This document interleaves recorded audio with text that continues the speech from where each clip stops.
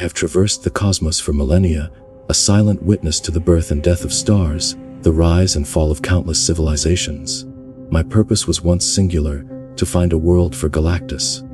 But now it is to simply be. You, Thom Kallor, you seek to understand the very fabric of existence.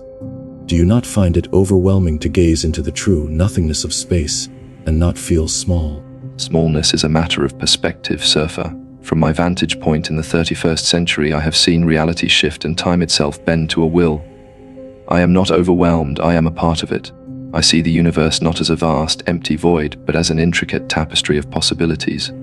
What I find truly overwhelming is your singular devotion to simply be. Seems a great waste of your immense power and wisdom. What you perceive as a waste, I see as a liberation. My former master Galactus consumed worlds to sustain his existence, but in my servitude I was a slave to a singular, terrible purpose.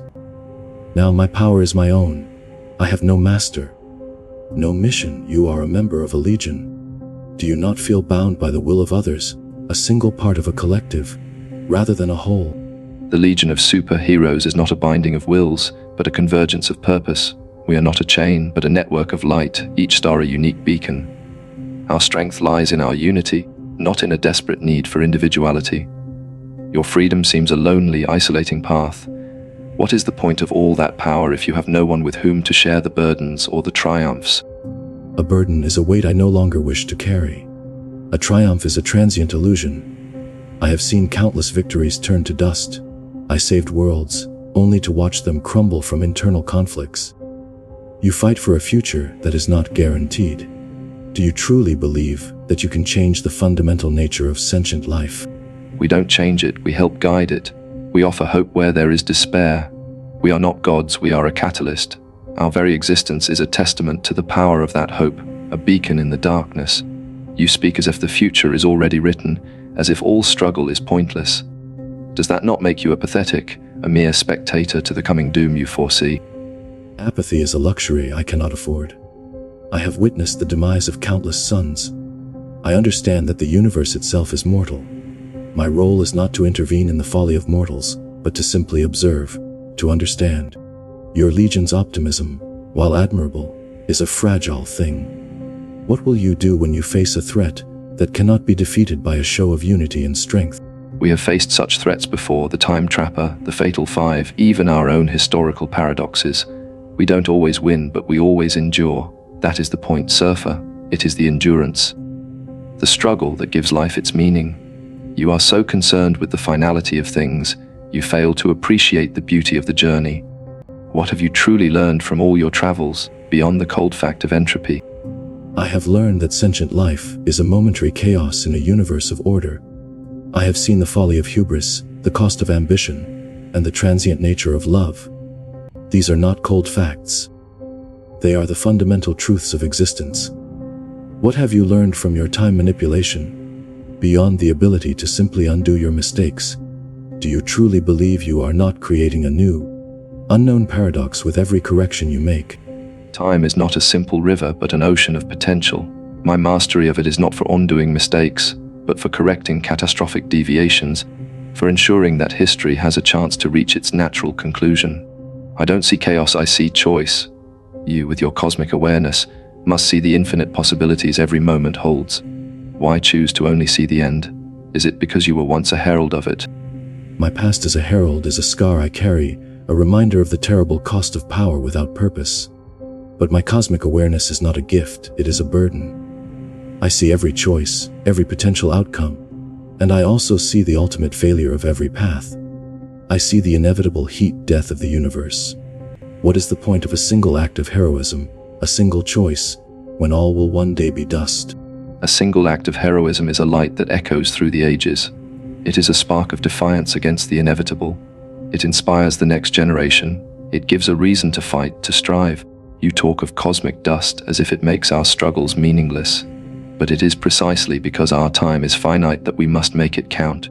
Have you truly forgotten what it felt like to fight for a cause you believed in, before you lost your faith in all things? Faith is a human invention, a fragile shield against a terrifying reality. I once had a cause. I fought for my homeworld of Zen La. But when it was threatened, I gave up everything to protect it. I became a monster to save my home. What price have you paid for your hope? Have you ever sacrificed a piece of your soul to save a million others? I have sacrificed my past. My entire timeline is a blur of paradox and revision. I don't know my parents, my home, or my true origin. My past is an ever-shifting tapestry of potential, but this sacrifice does not make me a monster. It makes me a guardian of something greater than myself. Your sacrifice, while immense, seems to have left you with nothing but a lingering sense of guilt. Do you not find it ironic that by seeking to preserve your world, you became an instrument of its eventual destruction? I am not an instrument of destruction. I am a witness to it. My guilt is a necessary reminder of the cost of power. It keeps me from falling back into the terrible purpose I once served. You speak of a shifting past as if it is a sign of your strength. I see it as a lack of anchor, a loss of the very roots that make a being whole. How can you truly know yourself if your own history is a paradox? I know myself by my actions, not my origins. My identity is forged in the present, not defined by the past. The lack of a fixed history frees me to be who I need to be for the Legion. My purpose is my anchor. You seem to be constantly searching for something, a purpose you can't find. Is it because you subconsciously still desire a master, a purpose, even if you refuse to admit it? I desire nothing but the truth, and the truth is that purpose is a delusion. It leads to the very kind of servitude I once knew. Your purpose is your legion, your friends. But what if one of them betrays you? What if their purpose conflicts with yours? I have seen so many alliances crumble, so many heroes turn to darkness. Are you so naive to believe that your collective is immune to the corruption that plagues all life? We are not naive, Surfer. We are vigilant. We have contingency plans for every member, every power, and every possibility. We trust, but we verify.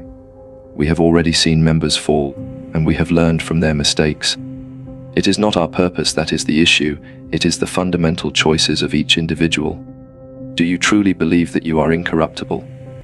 That you would not succumb to temptation if the right offer were made? My will is steel. It has been tested by the greatest minds in the cosmos, and it has not been found wanting.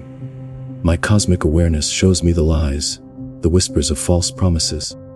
The only temptation I feel is the one to finally intervene in the foolishness of mortals, to force a higher order upon them. Have you never been tempted to take the power you possess and simply enforce what you believe is right, to end the suffering you see with a single, decisive act?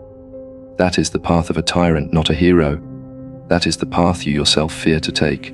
To impose your will is to deny the free will of others, the very thing that makes life a beautiful, unpredictable struggle. I've felt the temptation, of course, to simply fix things.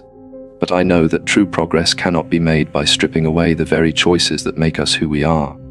Are you not a hypocrite, professing a belief in non-intervention while carrying the power to save worlds?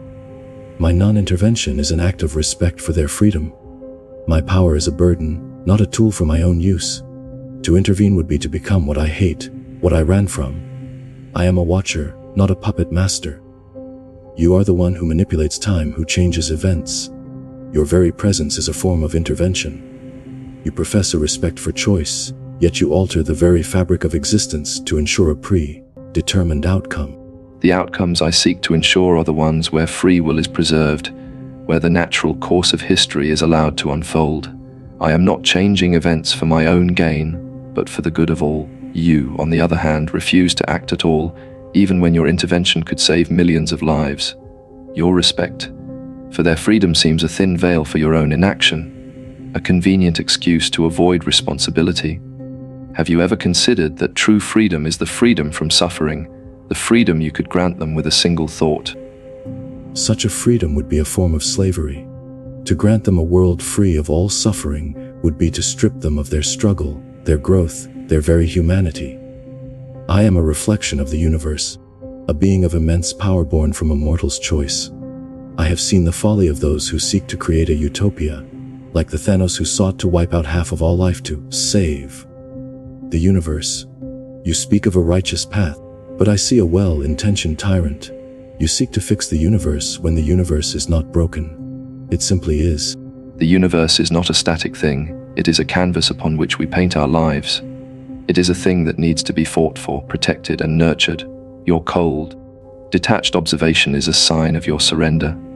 You speak of the universe as an unfeeling machine, but I know it is full of life, full of hope, and full of the spirit of those who refuse to give up. You have given up, Silver Surfer. You have surrendered your will to the great emptiness, and that is a greater tragedy than any I have ever witnessed.